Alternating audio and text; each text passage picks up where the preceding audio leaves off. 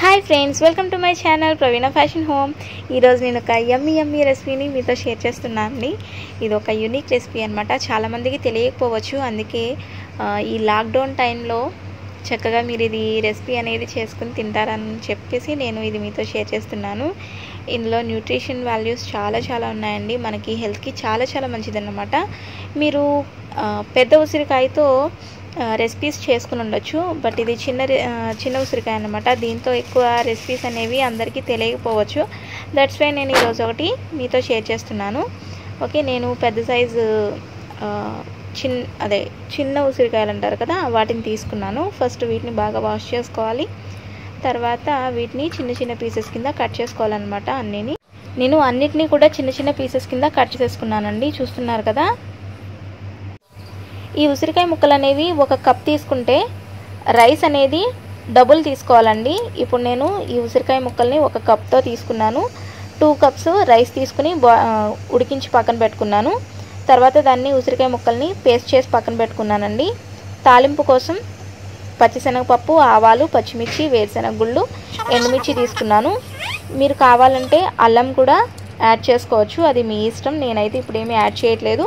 అల్లాన్ని చిన్న ముక్కల కింద కట్ చేసి పెట్టుకోవాలి. అండ్ కరివేపాకు కూడా వేసుకోవాలన్నమాట. ఫస్ట్ నేను స్టవ్ మీద ప్యాన్ పెట్టుకున్నాను. దాంట్లో ఆయిల్ అనేది హీట్ చేసుకున్నాను. ఇప్పుడు ఫస్ట్ నేను వేరుశనగ గుళ్ళు అనేవి వేసుకుని వాటిని ఫ్రై చేసుకుంటానండి. ఎందుకంటే వేరుశనగ గుళ్ళు అనేవి కొంచెం పెద్దగా ఉంటాయి కదా, సో అవి ఫ్రై అవ్వడం కోసం కొంచెం ఎక్కువ టైం తీసుకుంటుంది. దట్స్ వై ఫస్ట్ నేను అవి యాడ్ చేసుకున్నాను. ఒక 30 సెకండ్స్ ఫ్రై అయిన తర్వాత పచ్చిశనగపప్పు, ఆవాలు, పచ్చిమిర్చి యాడ్ చేసేసుకుంటాను. ఓకేనా, ఇవి కూడా బాగా ఫ్రై అవ్వాలండి. మనం ఎంత పచ్చిమిర్చి యాడ్ చేసుకున్నా అస్సలు ఘాట్ అనేది ఉండదండి, ఎందుకంటే పులుపులో సరిపోతుంది అన్నమాట. సో మీరు ఇంకా స్పైసీగా కావాలంటే ఇంకా ఎక్కువ యాడ్ చేసుకోవచ్చు. నేను కరివేపాకు కూడా యాడ్ చేసుకున్నాను. నెక్స్ట్ ఇవి ఫ్రై అయిన తర్వాత ఎండుమిర్చి యాడ్ చేసుకుంటానండి. ఎందుకంటే ఎండుమిర్చి అనేది బాగా వేగిపోతే తొందరగా మాడిపోతుంది కదా, అందుకే నేను లాస్ట్లో యాడ్ చేసుకుంటాను ఎప్పుడూ కూడా. ఓకే, నెక్స్ట్ నేను సాల్ట్ అనేది యాడ్ చేసుకుంటున్నాను. మీరు ఒకటి గుర్తుపెట్టుకోవాలండి, సాల్ట్ ఎప్పుడూ కూడా స్టవ్ ఆన్లో ఉన్నప్పుడు మాత్రమే యాడ్ చేసుకోవాలి. ఆఫ్ చేసిన తర్వాత ఎప్పుడూ కూడా సాల్ట్ అనేది యాడ్ చేయకూడదు. ఓకేనా, నెక్స్ట్ నేను పసుపు కూడా యాడ్ చేసుకుంటున్నాను.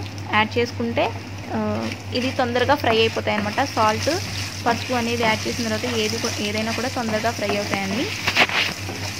ఓకే, ఇది ఫ్రై అయిపోయిన తర్వాత నెక్స్ట్ నేను పేస్ట్ చేసి పెట్టుకున్నాను కదండి ఉసిరికాయ ముక్కల్ని, దాన్ని కూడా యాడ్ చేసేసుకుంటాను.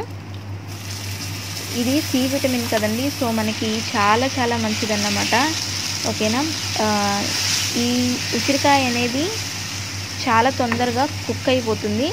కాబట్టి మనం 1 or 2 minutes కుక్ చేసుకుంటే సరిపోతుంది. ఫ్రై చేసుకుంటే ఆయిల్ కూడా తొందరగానే తేలిపోతుంది అన్నమాట.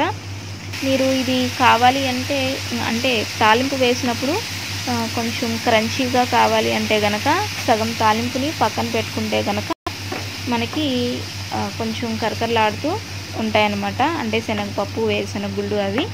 ఎందుకంటే ఈ ఉసిరికాయలో వేసిన తర్వాత అందులో ఉండే వాటర్కి ఇవి మెత్తబడిపోతాయి తాలింపులో ఇప్పుడు యాడ్ చేసినవన్నీ కూడాను. ఓకేనా, పచ్చిమిర్చి అయితే కనుక దాంట్లోనే కుక్ అయ్యేలా చూడండి. అది పచ్చిమిర్చికి మొత్తం ఉసిరికాయ పట్టి చాలా పుల్లగా బాగుంటుందన్నమాట.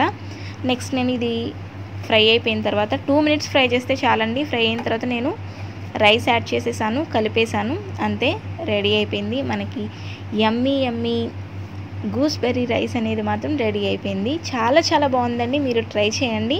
చూడడానికి లెమన్ రైస్ లాగానే ఉంటుంది, బట్ టేస్ట్ అయితే మాత్రం చాలా బాగుంటుంది. మనకి హెల్త్ బెనిఫిట్స్ కూడా చాలా ఉన్నాయన్నమాట. ఓకేనా, ఇది చిన్న ఉసిరికాయ అన్నమాట, రాసు ఉసిరి కాదండి. ఓకే, చూస్తున్నారు కదా, నేను కొంచెం తాలింపు పక్కన పెట్టాను, అది దీని మీద స్ప్రింకిల్ చేశాను. చూస్తున్నారు కదా. ఇది ఫ్రెండ్స్ ఈరోజు వీడియో ఎలా ఉంది అనేది నాకు కామెంట్ సెక్షన్లో కామెంట్ పెట్టడం మాత్రం మర్చిపోవద్దు. ఓకేనా, నెక్స్ట్ వీడియోలో మళ్ళీ కలుద్దాం. అంతవరకు బాయ్.